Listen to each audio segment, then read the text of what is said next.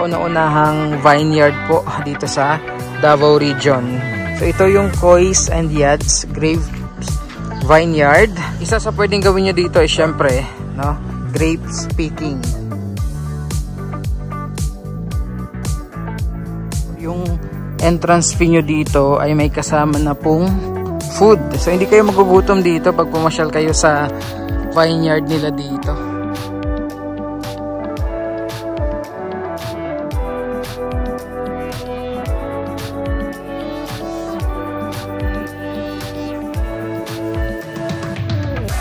Ito naman yung mga products na pwede nyo rin pong mabili dito, no?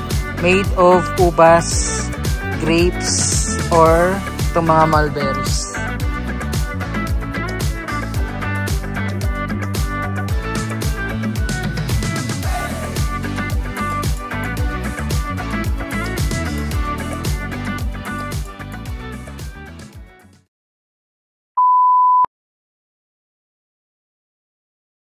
So yes po, magandang araw and welcome muli sa ating video today. So andito tayo sa Asuncion, Davao del Norte, and papasyalan natin itong kauna-unahang vineyard po dito sa Davao Region. So ito yung Kois and Yads Grape Vineyard, since 2015. Ayan po.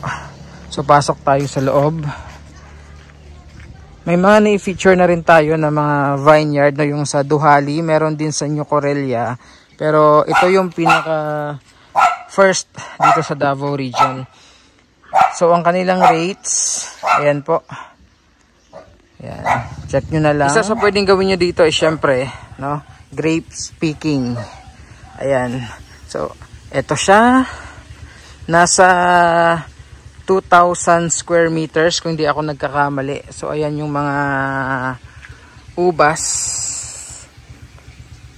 Lakad tayo dun mamaya, no. Check natin. Ayan, no. So iba't ibang variety ng mga grapes yung makikita nyo dito. Hindi lang isang variety po. Daming pero mga kulay berde pa. Ayan. So meron din sila ditong mga lobsters. O, tingnan nyo naman po. Ayan, o. So hindi lang siya ubasan. Ayan.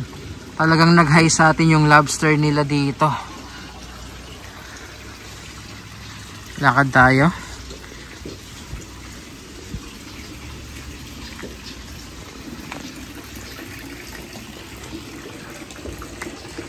Ayan, o.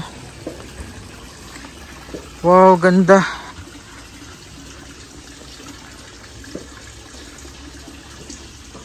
Daming bunga, oh. Tingnan nyo po. 'Di ba? Yung akala natin, yung ubas isa malamig lang namumunga or mabubuhay, no? Pero sabi ni ma'am, yung may-ari, sa mainit pala talaga siya. Pwede.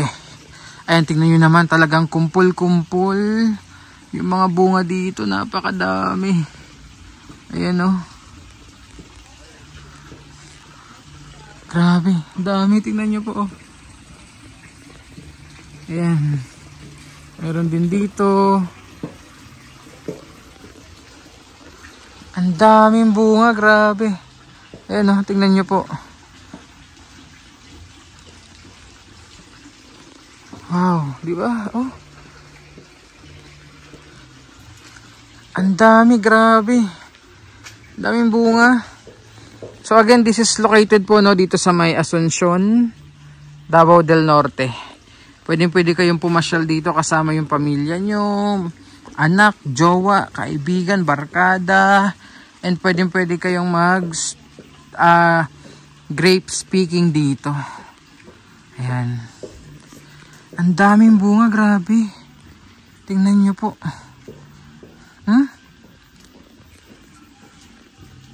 Ang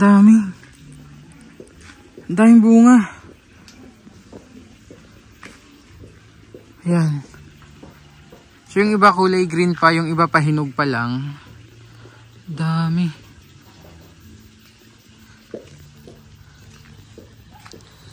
Okay. So may mga booth din pala sila dito. Ayun na, pwede kayong mag picture dito.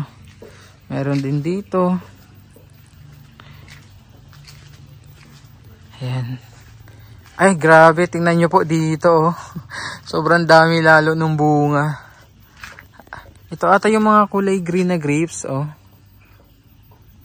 Ayan. Dami. Parang ang sarap pumitas at tumikim. Mamaya titikim tayo. Oh, grabe. Ayan o. Ayan. Ito yung parang medyo maliliit naman na variety ng mga ubas. Ayan, tingnan nyo. Maliit pa siya pero pahinog na. This one din po. And tingnan nyo po, napakadami yung bunga nila dito. Ayun pa. Lakad tayo.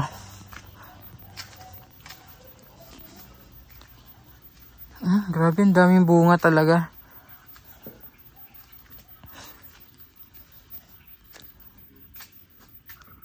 Wow. May mga mulberries din ata po sila dito. Puntahan natin to. Dito maraming hinog. Dito sa side na to. Ay, grabe, dami. Ayan. Tingnan nyo po.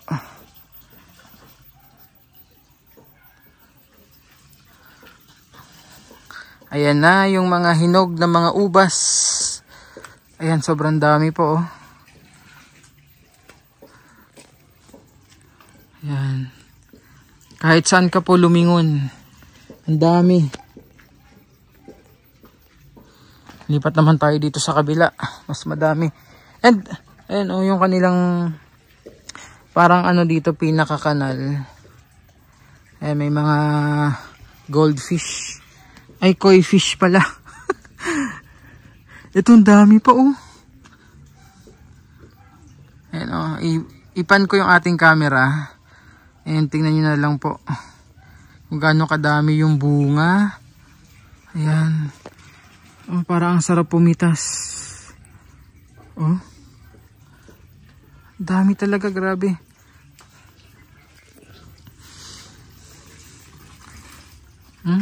Abot kamay mo lang.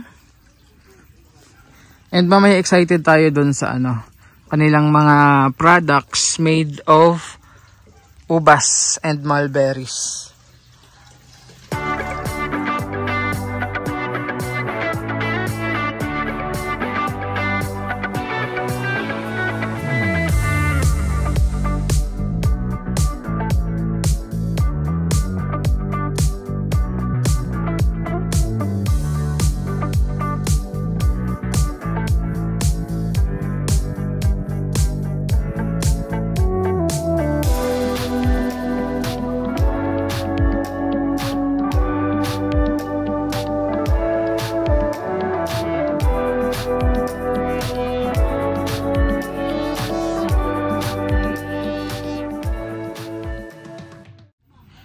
So ito naman yung mga products na pwede nyo rin pong mabili dito, no? Made of ubas, grapes, or itong mga mulberries.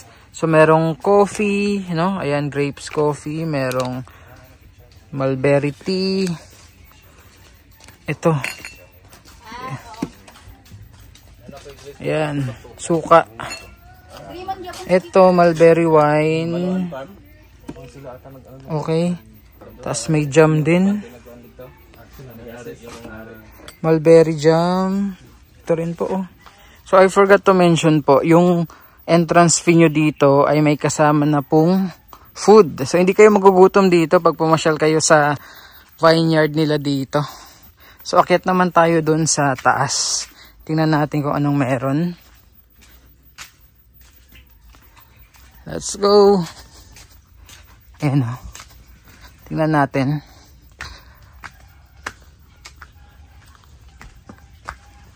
Ang dami nilang bulaklak pala dito.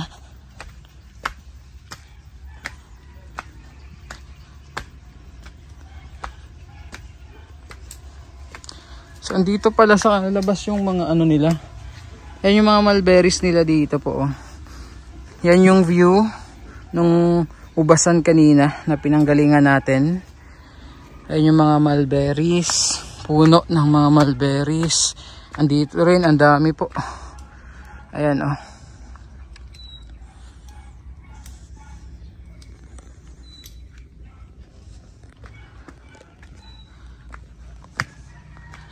Ayan, so meron silang cafe dito sa taas. Okay. Ayan.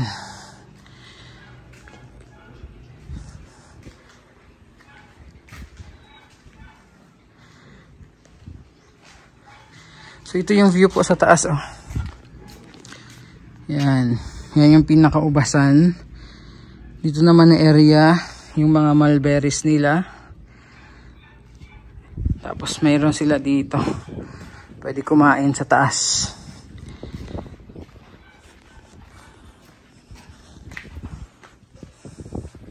Ah, meron pa dito oh. Lawak pala. Tingnan natin. So dito na part, ayan, ubasan din. Tingnan nyo po, hanggang pababa, papunta dun sa pinakapalayan. So mga ubas din yan, pero mukhang ano pa no, inaayos pa. Pero buhay na po. Ayan. So andito pa yung ilan sa mga products nila. Made of yung mga mulberries nga and grapes. Ayan. Ito white wine made of grapes. Ayan o.